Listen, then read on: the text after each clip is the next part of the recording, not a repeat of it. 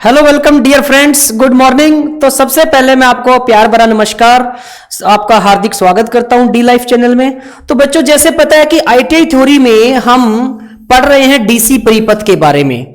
तो इसमें मैं आज बहुत ही अच्छा डिवीजन रूल आपके लिए टॉपिक लेके आया हूं, जिसको बोला जाता है विभाजन नियम। ये विभाजन नियम क्या होता है? जैसे वोल्टेज विभाजन नियम, धारा विभाजन नियम। तो बच्चों, इसमें क्या होता है, किसी भी शाखा या ब्रांच में अगर धारा या वोल्टेज निकालनी होती है तो हमें पूरा सर्किट ना सोल्व करके डायरेक्ट भी कर सकते हैं। तो मैं आपका ज्यादा समय ना लेता हुआ क्लास पे ले चलता हूं। तो बच्चों, सबसे पहले हम करेंगे वोल्टेज विभाजन नियम।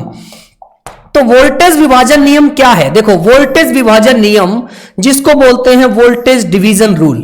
ठीक है बच्चों, तो हमारे सामने एक सर्किट बना हुआ है, मतलब परिपथ। तो इस परिपथ में आपकी टोटल वोल्टेज है वो है V। क्या है बच्चों? V आपकी है टोटल वोल्टेज, या मैं कह सकता हूं कुल वोल्टेज। तो V आपकी है कुल वोल्टेज, ठीक है। और R1, R2, R3 आपके क्या है? प्रतिरोध। तो बच्चों, R1 का जो होगा वो आपका वोल्टेज ड्रॉप होगा V1, और R2 का जो वोल्टेज ड्रॉप होगा वो कौन सा होगा? V2, और R3 का जो वोल्टेज ड्रॉप होगा वो कौन सा? V3। और जो बच्चों सीरीज मतलब श्रेणी परिपथ में धारा क्या होती है? समान, और वोल्टेज क्या होती है? अलग अलग। तो आपको यह पता भी है, फिर भी लिख देता हूं कि श्रेणी में धारा समान जबकि वोल्टेज अलग अलग होती है।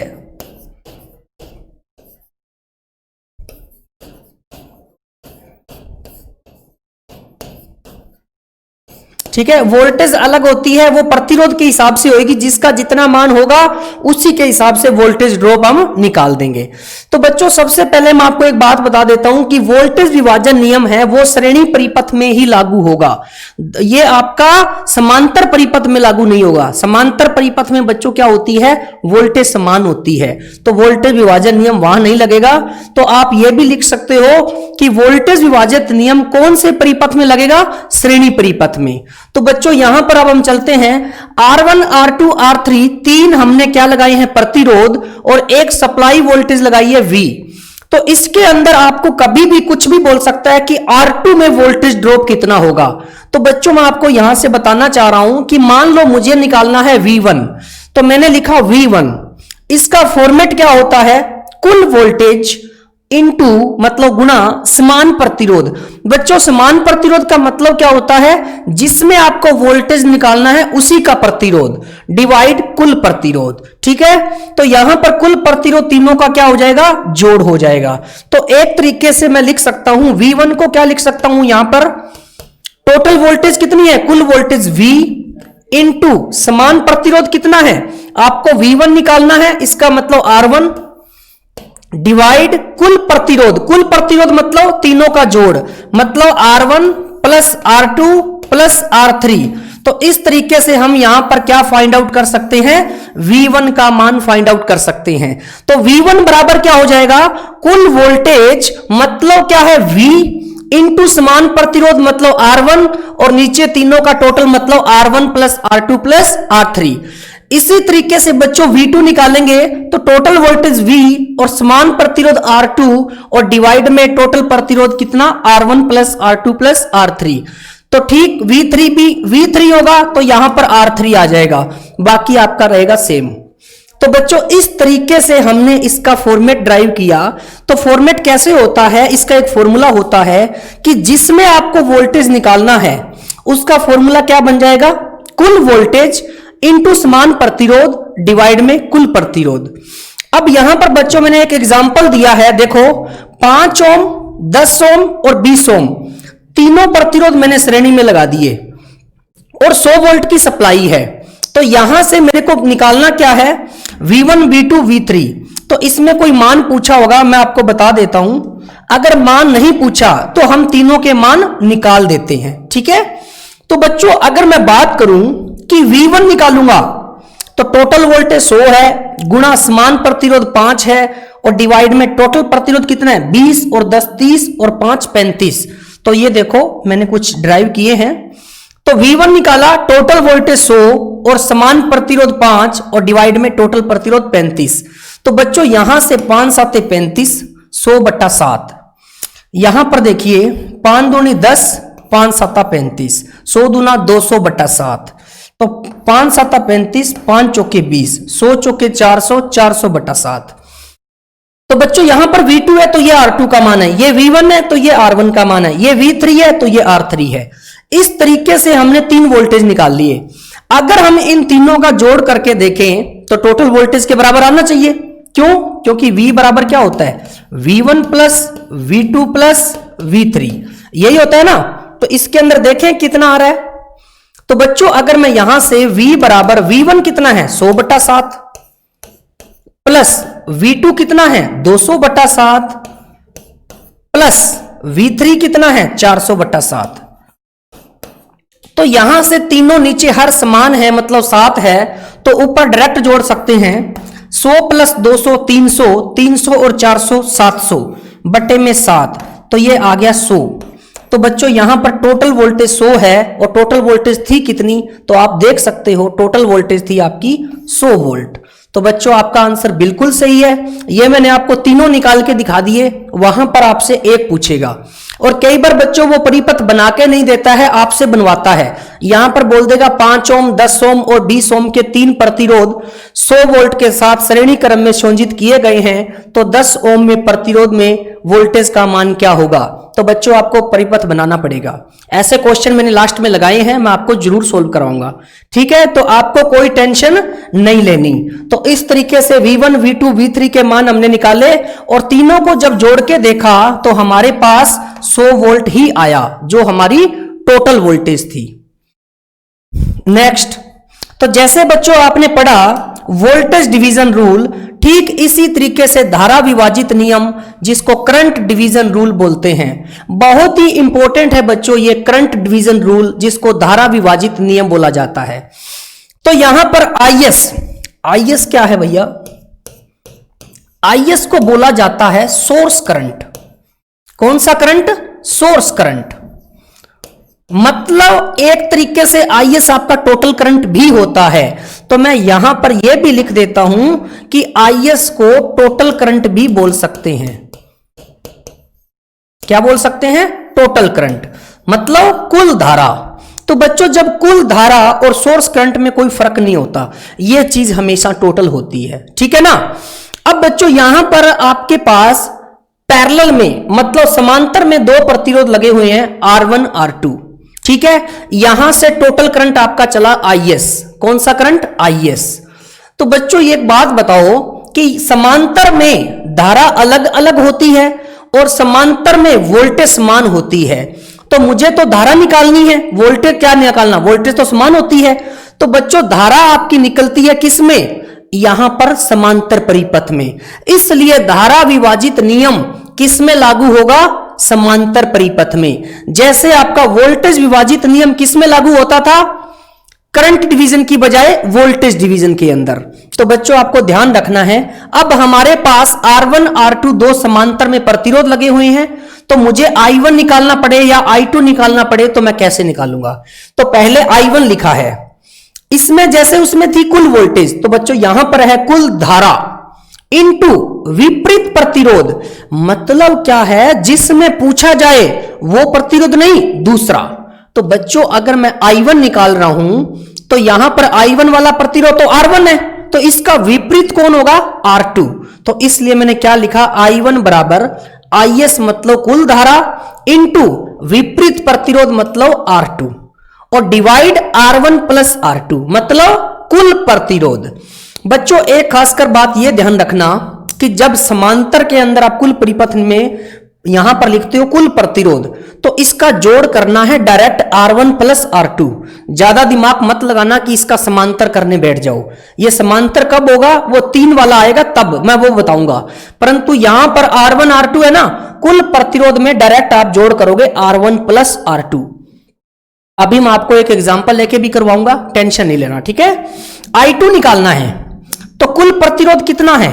कुल प्रतिरोध IS इंटू विपरीत प्रतिरोध। बच्चों I2 निकालना है तो विपरीत क्या हो जाएगा? R1 और डिवाइड में कुल प्रतिरोध R1 प्लस R2। तो कुल प्रतिरोध आप डायरेक्ट जोड़ोगे R1 प्लस R2, ठीक है। तो ये आपका I1 हो गया और ये आपका I2 हो गया। तो बच्चों अब हम करते हैं इसके ऊपर एक क्वेश्चन जिसको हम उदाहरण कह सकते हैं। ये देखिए, तो ये आपके सामने आ गया है।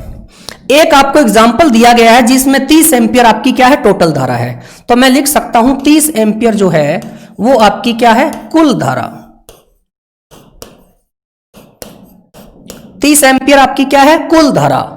10 ओम का प्रतिरोध है, एक 5 ओम का प्रतिरोध है, जिनको पैरेलल में संयोजित किया गया है, मतलब समांतर में। तो बच्चों 10 ओम में उसने बोला I1 है और 5 में है I2। तो उसने क्या किया? पहले I1 निकाला। तो I1 में कुल धारा कितनी है? 30 एम्पियर इनटू I1 निकाल रहे हो तो विपरीत प्रतिरोध क्या होगा? 5 और डिवाइड में 10 और 5 15। मैंने बोला था ना कि डायरेक्ट जोड़ूंगा, 10 और 5 15। तो बच्चों यहां से 5 दिया 15, 3 धाई 30, तो कितना आ गया? 10 एम्पियर। इसी तरीके से 15 दूना 30, 10 दूना 20। तो मैंने I1 निकाल लिया 10 एम्पियर, I2 निकाल लिया 20 एम्पियर। किससे? उस फॉर्मूले से। और फॉर्मूला क्या है? कुछ नहीं, कुल धारा इंटू विपरीत प्रतिरोध और डिवाइड में कुल प्रतिरोध। विपरीत प्रतिरोध कौन सा होता है? जिसमें हमें धारा नहीं निकालनी होती, वो ही आपका विपरीत प्रतिरोध होता है। तो बच्चों यहां पर 10 एम्पियर मेरा मान आया और यहां पर मेरे पास कितना आया? 20 एम्पियर। तो बच्चों एक बात बताओ, 10 इसमें गया, 20 इसमें गया, तो टोटल कितना चला था? 30 एम्पियर। तो आपको घबराने की जरूरत नहीं है, आपका आंसर बिल्कुल सही है। तो बच्चों वहां पर ऐसा डायग्राम बना देगा और वो कहेगा 10 ओम में प्रवाहित धारा का मान ज्ञात करो। तो 10 ओम में मेरे को 1 सेकंड लगती, मैं इतना पोर्शन करता और मेरा आंसर आ जाता कितना? 10 एम्पियर। तो बच्चों आपका बिल्कुल सिंपल पोर्शन है, बस आप दिमाग से करिए, टेंशन लेके नहीं करना, ठीक है ना। चलते हैं नेक्स्ट। अब आपके पास मैंने ये क्वेश्चन दिया है जो मैंने अभी करवाया था आपको। देखो इसने क्या बोला? 9 ओम में प्रवाहित धारा का मान क्या होगा? तो बच्चों 9 ओम में मुझे निकालना है और मैं ये कह देता हूं कि मेरा I है, मुझे I का मान निकालना है। और मुझे इतना पता है कि I जो निकालते हैं कुल धारा इंटू विपरीत प्रतिरोध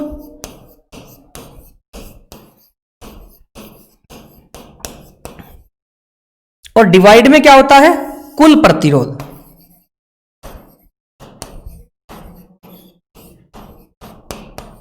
ठीक है, अब हम क्या करेंगे? इसके अंदर वैल्यू पुट करेंगे। तो बच्चों अगर वैल्यू पुट करेंगे तो हमारे पास क्या आएगा? I बराबर कुल धारा कितनी है? 30 एम्पियर इंटू विपरीत प्रतिरोध, अगर 9 में निकाल रहे हो तो विपरीत कितना है? 6 और डिवाइड कुल प्रतिरोध कितना है? 9 और 6 15। तो 15 दूना 30 और 6 दूना 12 एम्पियर। तो 12 एम्पियर आपका क्या आ जाएगा बच्चों? आंसर आ जाएगा। तो 12 एम्पियर आपका क्या आ जाएगा? आंसर, मतलब ए ऑप्शन। अब बच्चों अगर आपके दिमाग में कोई आशंका है तो मैं आपको एक चीज और बताता हूं, क्या है वो देखो। देखो अगर आपके दिमाग में कोई भी आशंका होती है तो आशंका रखनी नहीं है, ठीक है। आप I2 मतलब आप 6 ओम में भी निकाल के देख लो, 6 ओम के अंदर निकाल के देख लो और दोनों का जोड़ अगर 30 आ रहा है तो आपका आंसर सही है। तो 6 ओम में मैं I डैश ले लेता हूं, ठीक है। तो बच्चों टोटल करंट कितना है? 30 डिवाइड विपरीत प्रतिरोध कितना हो जाएगा? 9 और डिवाइड में टोटल प्रतिरोध कितना हो जाएगा? 15। 15 दूना 30, तो I डैश जो है वो कितना आ गया? 9 दूनी 18 एम्पियर। तो 18 ये आ गया और 12 ये आ गया। 18 और 12 कितना होता है? 30। तो बच्चों आपका आंसर बिल्कुल सही है, परंतु इस क्वेश्चन का जो आंसर है वो 12 एम्पियर ही आएगा। अगर वो कहता 6 ओम में प्रवाहित धारा का मान निकालिए तो आपका आंसर होता 18 एम्पियर, ठीक है। तो इसका मैंने I डैश ले लिया था, ठीक है ना, ध्यान रखना। चलते हैं नेक्स्ट क्वेश्चन पे। अब मैंने क्या किया, कई बच्चों के दिमाग में ये होता है कि सर अगर वहां पर 2 प्रतिरोध की जगह 3 प्रतिरोध आ जाए तो क्या करेंगे? तो बच्चों कुछ नहीं करना, मैं आपको बता रहा हूं वैसे ही करना, ठीक है। देखिए सबसे पहले मेरे को यह बताओ कि उसने पूछा क्या है, 20 ओम प्रतिरोध में धारा का मान। तो 20 ओम में प्रतिरोध धारा का मान पूछा है, ये मैंने ले लिया आई। अब मेरे को एक बात बताओ बच्चों, मैं एक इसका नया डायग्राम बनाना चाहता हूं। 20 ओम में तो आपको निकालना है, तो मैंने लिख लिया 20 ओम, ठीक है। और ये कितना है, 80 एम्पियर, ठीक है।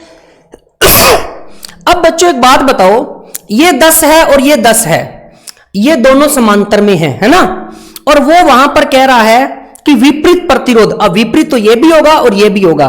तो बच्चों 10 और 10 का अगर मैं समांतर निकालता हूं तो कितना आता है, 5।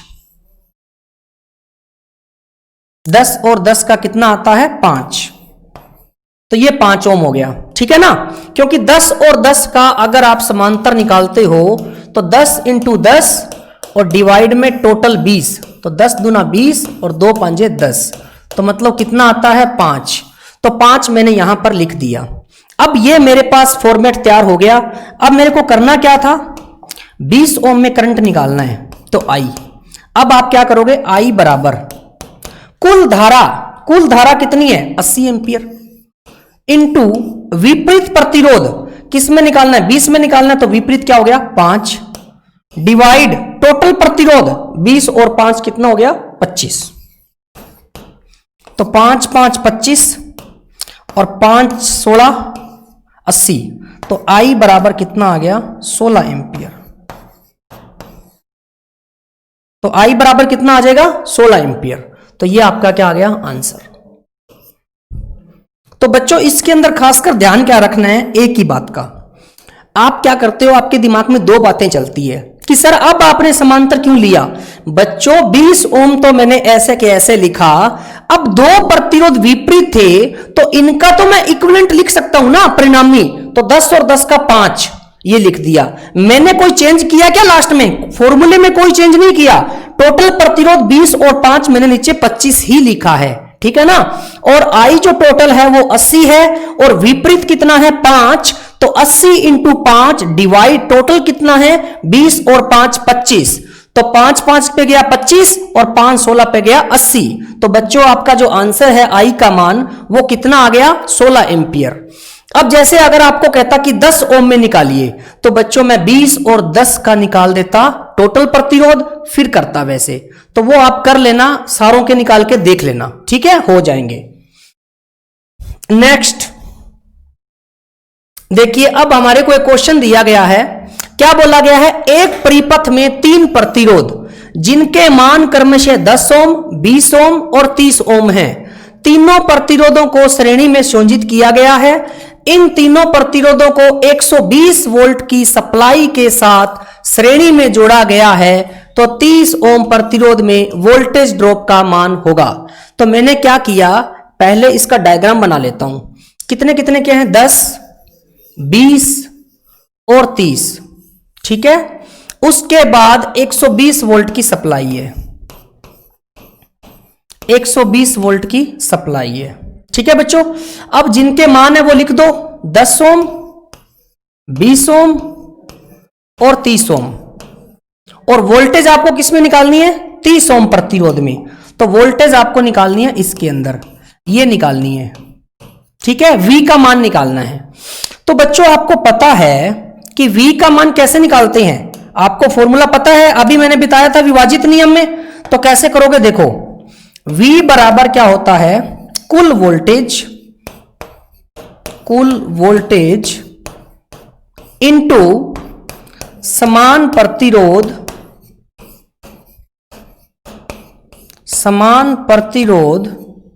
और डिवाइड में क्या आता है, कुल प्रतिरोध।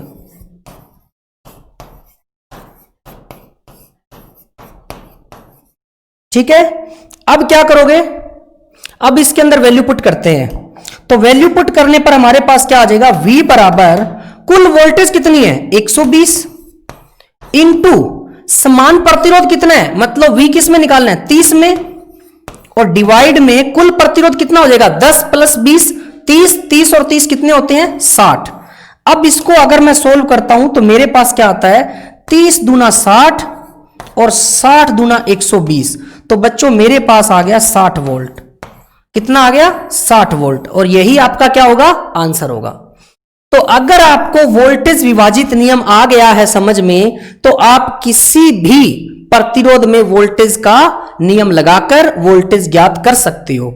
तो बच्चों 30 का पूछा था, तो कुल वोल्टेज 120 थी, समान प्रतिरोध कितना था, मतलब जिसमें निकालना है 30, और डिवाइड में कुल प्रतिरोध कितना है 10 और 20 30, 30 और 30 60। तो बच्चों आपका जो आंसर है वो कितना आ गया? 60 वोल्ट। कौन सा ऑप्शन है? C option. नेक्स्ट, बहुत ही अच्छा क्वेश्चन है। देखिए, एक आपको दिखाया गया है सर्किट, दर्शाए गए 8 ओम प्रतिरोध में धारा का मान क्या होगा? तो बच्चों आपको 8 ओम प्रतिरोध में धारा का मान निकालना है, ठीक है ना? किसमें? 8 ओम में। तो अगर मैं एक बात पूछूं आपसे कि अगर मेरा सर्किट यहां से है तो उसके पीछे से 12 और 8, देखो जो करंट यहां से जाएगा वही करंट आपका यहां आएगा, क्योंकि और तो कोई रास्ता नहीं है। अगर मैं यहां से देखूं, जो करंट यहां जाएगा वो यहां पर आएगा, तो श्रेणी में धारा समान होती है। कहने का मतलब 12 और 8 श्रेणी में है और फिर 20 उसके किस में है? समांतर में। तो इसका मैं सर्किट बनाऊं तो ऐसे भी बना सकता हूं, 48 वोल्ट, इसके बाद 20 ओम,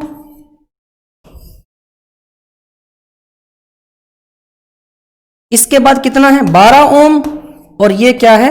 8 ओम। ठीक है बच्चों, तो अपने को निकालना क्या है? 8 ओम में धारा का मान निकालना है, ये उसने बोला है। कोई दिक्कत नहीं है। यहां पर करना क्या है? देखिए, सबसे पहले अभी मैं इसको रफ कर देता हूं ताकि आपका ध्यान थोड़ा सा डाइवर्ट ना हो, क्योंकि आप इसी पर ध्यान रखोगे, फिर निकाल देंगे 8 ओम में, कोई दिक्कत नहीं है। ठीक है, अब देखिए करना क्या है। अब मैं अगर आपसे एक छोटी सी बात पूछूं कि 12 और 8 श्रेणी में है, और श्रेणी में धारा क्या होती है? समान। जो करंट यहां आएगा वो यहां पर जाएगा, है ना बच्चों? 12 और 8 जो है, अगर मैं पहले इसमें टोटल आई निकाल लूं, किसमें? इसमें, तो टोटल आई किससे निकलेगा? आई टोटल। आई बराबर क्या होता है? V बटा R। तो आई बराबर आई टोटल। V कितना है? 48, और R टोटल कितना हो जाएगा बच्चों? 12 और 8 20, ये हो गया 20, ये हो गया 40। ठीक है, तो मैं यहां से कह सकता हूं 24, नहीं 4 पे ले जाओ ना, सीधा 4 पे लेके जाओगे तो कितना आएगा? 12, 12 चौका 48, 4 12 48। और यहां पर क्या करोगे? अच्छा एक बात और बताओ कि अगर आप आई टोटल निकाल रहे हो तो बच्चों एक बात बताओ, ये दोनों समांतर में नहीं है। 12 और 8 20, 20 और 20 का समांतर कितना होता है? 10। तो यहां से आई टोटल आपका क्या लिखोगे? बाई मिस्टेक हो गया था, V कितना है? 48। इसका मान ही लिख दो 48 बटे में R टोटल। बच्चों ये 20 है, ये 20 है, तो 20 और 20 का समांतर होता है 10। तो ये मैं कह सकता हूं 4.8 एम्पियर आ गया। कितना आ गया? 4.8। तो मैं ये कह सकता हूं कि इसका मान जो है वो 4.8 एम्पियर आ गया। अब बच्चों एक बात बताओ, ये भी 20 है और ये भी 20 है, तो 4.8 है वो आधा आधा जाएगा। अगर प्रतिरोध समान है तभी डायरेक्ट कर सकते हो, अदरवाइज धारा विभाजित नियम लगेगा। तो बच्चों यहां से अगर मैं देखूं तो 2.4 इसमें जाएगा और 2.4 इसमें जाएगा। क्यों जाएगा? क्योंकि 12 और 8 20, एक तरीके से ये 20 ओम का प्रतिरोध है और ये भी 20 है। तो बच्चों अगर प्रतिरोध समान है तो 4.8 दोनों भागों में समान जाएगा। 4.8 का आधा 2.4, इधर भी 2.4। अब चाहे 12 ओम में कहता चाहे 8 ओम में कहता, आंसर आपका कितना होगा? 2.4 एम्पियर। कौन सा ऑप्शन? C option. तो बच्चों ए मत कर देना। ए अगर ये पूछता ना कि परिपथ में कुल धारा का मान क्या होगा, तो मैं ये कहता कि 4.8, परंतु उसने बोला है 8 ओम प्रतिरोध में, तो 8 में बच्चों आपका आंसर आएगा 2.4। अगर वो 12 में भी पूछता तो भी कितना आता? 2.4। तो ये ध्यान रखना, ठीक है? और ये गलती मत करना। देखो 12 और 8 20, 20 और 20 का समांतर कैसे निकालते हो? 20 इंटू 20 डिवाइड में 40, तो 20 दूना 40 और 2 दाए 20, तो 10 आ गया। ठीक है, तभी मैंने यहां पर कितना लिखा है? 10। ठीक है बच्चों, नेक्स्ट देखिए इस क्वेश्चन में क्या है, दिए गए चित्र में आर का मान होगा। बच्चों ये आर का मान हमें निकालना है। सबसे पहले ये बताओ कि समांतर में वोल्टेज समान होती है। यहां पर 200 है तो यहां पर भी कितनी होगी 200, और यहां पर भी कितनी होगी 200 वोल्ट, और यहां पर भी कितनी होगी 200 वोल्ट होगी ना। अब मेरे को एक बात बताओ कि अगर मैं आपसे पूछूं कि यहां पर 200 वोल्ट है और 20 ओम का प्रतिरोध है तो इसके अंदर आई कितना होगा, तो आप कहोगे सर 200 को 20 से भाग कर दीजिए। देखिए अगर मैं आपसे पूछूं कि यहां पर 200 वोल्ट है और 20 ओम का प्रतिरोध है तो आई बराबर क्या होता है V बटा R होता है ना। तो V कितना है 200 और R कितना है 20, तो 200 को 20 से भाग करोगे कितना आएगा 10 एम्पियर। इसी तरीके से 200 को भाग करोगे 50 से तो कितना आएगा 50 चौका 200 4 एम्पियर, ठीक है ना। तो बच्चों यहां से अगर मैं बात करूं 20 एम्पियर चला जिसमें से 10 इधर चला गया तो इधर आगे कितना बचा, 20 में से 10 गए 10 और 4 इधर चला गया तो कितना बचा यहां पर 6 एम्पियर। नहीं तो आप ऐसे जोड़ लो 10 यहां गया 4 यहां गया 14 और यहां पर करंट कितना आ जाएगा 6 एम्पियर, क्योंकि 20 टोटल है ना। ये देखो 20 एम्पियर टोटल है जिसमें से मैं माइनस कर देता हूं 10 + 4, ये मेरा क्या आ जाएगा R ओम में करंट आ जाएगा। तो 20 - 14 कितना आ गया 6 एम्पियर। ये 6 एम्पियर किस में आ गया, यहां पर करंट आ गया। अब मुझे चाहिए R, तो R बराबर क्या होता है V बटा I, ठीक है।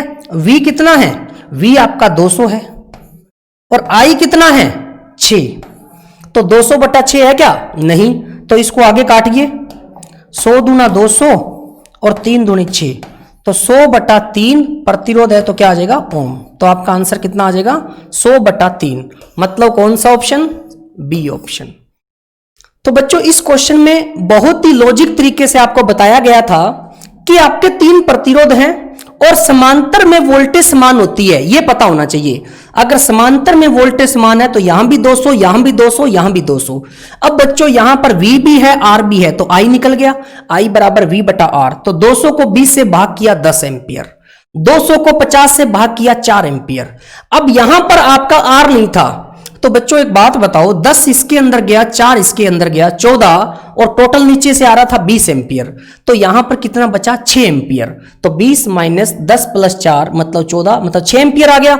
अब 6 एम्पियर आई का मान है और यहां पर V 200 था तो V बटा आई R होता है, 200 को 6 से भाग किया तो आपका आंसर कितना आ गया 100 बटा 3 ओम। Okay next question.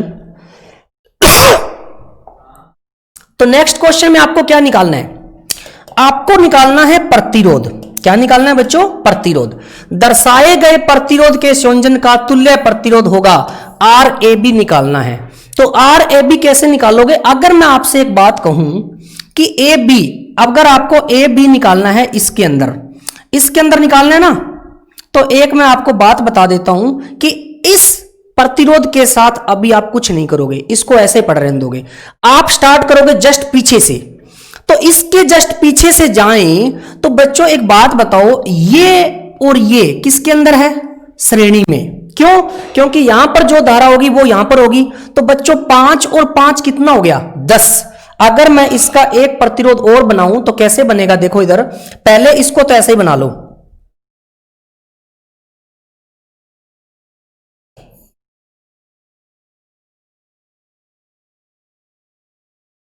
ठीक है। ये 10 ओम का है और ये 10 ओम का है और ये 5 ओम का है, ठीक है। और जो नाम है वो भी लिख दो, यहां पर C है, यहां पर A है और यहां पर B है। अब बच्चों एक बात बताओ 5 और 5 कितना हो गया 10, तो यहां पर एक तरीके से इस तरीके से बन गया 10 ओम, ये नया डायग्राम बन गया। अब मेरे को एक बात बताओ कि A और B तो निकालना है, इसको आप नहीं छोड़ोगे, इसके पीछे से 10 और 10 दोनों समांतर में है तो कितना बन जाएगा 5। तो एक नया डायग्राम फिर बना देते हैं।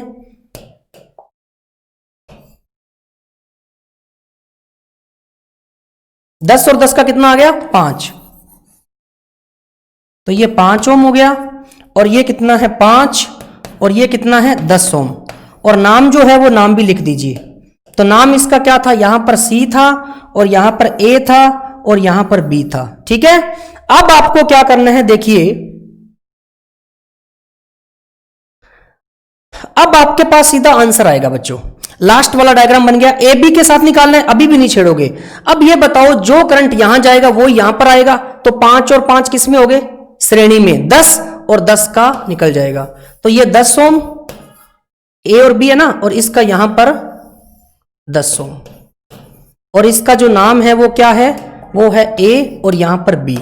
अब इसका फाइनल अगर मैं प्रतिरोध निकालूं तो 10 और 10 का कितना होता है, 5 होता है। आपको पता है ना, और नहीं पता तो 10 × 10 डिवाइड में 20, तो 10 दूना 20 और 2 पंजा 10। तो मैं कह सकता हूं कि कितना आ जाएगा, आर ए बी बराबर 5 ओम। तो आर ए बी का जो मान है वो 5 ओम आपका आंसर आ जाएगा। कौन सा ऑप्शन होगा, डी ऑप्शन। तो बच्चों इस क्वेश्चन को मैंने आपको 3-4 डायग्राम से बना के इसलिए बताया है ताकि समझ में आ जाए, नहीं तो मैं डायरेक्ट बता देता 5 और 5 10, 10 और 10 का समांतर आ गया 5। अब 5 और 5 फिर 10 हो गए, और 10 और 10 का समांतर आ गया 5, सिर्फ 1 सेकंड के अंदर। परंतु आपको मैंने एक एक डायग्राम करके इसलिए बताया है ताकि आपको ध्यान से समझ में आए। और जहां पर निकालने का बोला ना ए और बी का, उसके पीछे से स्टार्ट करो, कौन श्रेणी में है कौन समांतर में है, ये परिपथ में आप धारा प्रवाहित करा के देखो, पता चल जाता है। समांतर में धारा विभाजित हो जाती है और श्रेणी में धारा समान रहती है। नेक्स्ट क्वेश्चन, ये बहुत अच्छा क्वेश्चन है, तो इसको आप देखिए आराम से। अगर मैं यहां पर देखूं तो एक परिपथ दिखाया गया है और कह रहा है क्या, 3 ओम का जो प्रतिरोध है उसके अंदर धारा का मान है। ये 3 ओम का प्रतिरोध है, ठीक है ना, 3 ओम में बताना है। तो बच्चों सबसे पहले जब भी ऐसा क्वेश्चन आए तो आपको चेक करना होता है व्हाइटस्टोन ब्रिज। और व्हाइटस्टोन ब्रिज में आप क्या चेक करते हो, P/Q/R/S। अगर मैं इसको P लेता हूं, इसको Q लेता हूं, इसको R लेता हूं और इसको S, अगर P/Q बराबर R/S हो गया तो ब्रिज बैलेंस हो जाती है, और बीच वाली जो शाखा हो जाती है उसमें धारा का मान 0, और इसको हटा देते हैं, ओपन सर्किट। तो यहां से मैं चेक करके देख रहा हूं, P/Q मतलब 12/20 इज इक्वल टू R/S 3/5। तो बच्चों अगर मैं यहां से देखूं इसको, तो देखिए 4 × 12, 4 × 5 20, 3/5 बराबर 3/5। ब्रिज क्या होगी, बैलेंस। जब ब्रिज बैलेंस हो जाती है तो अब इसका कोई काम नहीं है, इसको हटा दो। तो बच्चों एक नया डायग्राम बन के आता है आपके सामने, क्या वो देखिए। अब आपके पास एक नया डायग्राम बनेगा, ये